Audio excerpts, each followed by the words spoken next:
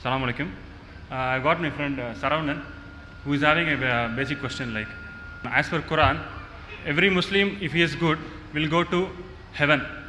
Yesterday he has seen a program in Aztak TV where they have shown a lot of Adivasis. Those Adivasis are so much lack of knowledge that they don't even wear dresses. They don't, in that case, they won't be having access to Quran, Bible or any Hindu Vedas also. In that case, if they die, where will they go? Suppose if you say that they will go to hell, won't it be a curse on them, like they'll be sent to hell? A non-Muslim brother asked a good question, that he says that if a person is a good Muslim following Quran and Sahih Hadith, he'll go to Jannah. What about those people like Adivasi, who have not heard about Islam? So, and if they are put in hell, so Allah is unjust, nauz billah. And the question is a very logical question. But Allah says in the Quran, in Surah Nisa, chapter number 4, verse number 40, Allah subhanahu wa ta'ala is never unjust in the least degree. He's never unjust. But the question is a logical question. Point number one. Today in the age of science and technology, what your question would have carried weight maybe 50 years back, 100 years back.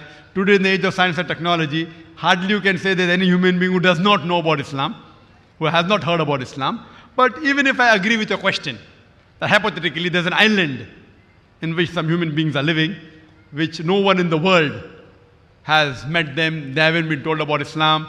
So if they die, where will they go? Andaman Nicobar, I have gone to Andaman Nicobar Island, I have given a speech also.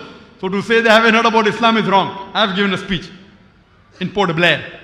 And even so the age of science and technology. By satellite, the speeches are going there.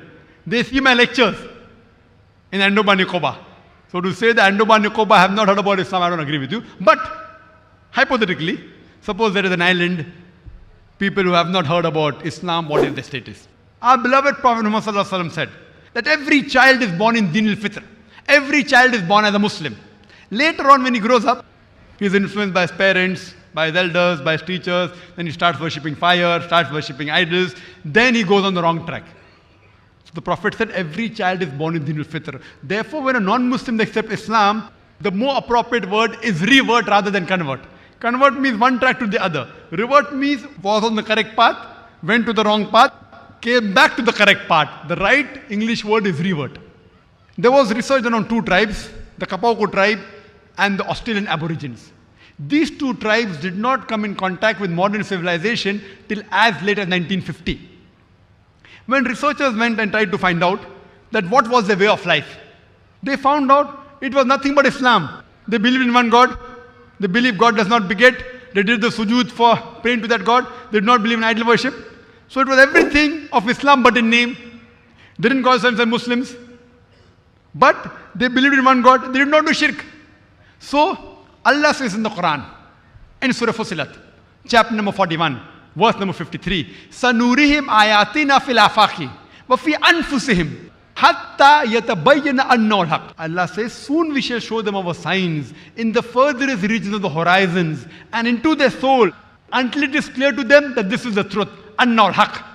So Allah says, irrespective whether Muslims do dawah or not, whether we do dawah or not, Allah says in Surah Fussilat chapter 41 verse 53 that He Himself, to every individual human being, He will give the message directly into their hearts. He will show them the signs in the furthest regions of horizons. Sanurihim ayatina fil afaqi wa fi anfusihim hatta yatabayyana annahu al-haq. That we shall show them the signs in the furthest regions of horizons until it is clear to them that this is the truth. So Allah has taken upon Himself that He will give this message of Allah subhanahu wa ta'ala directly to every individual.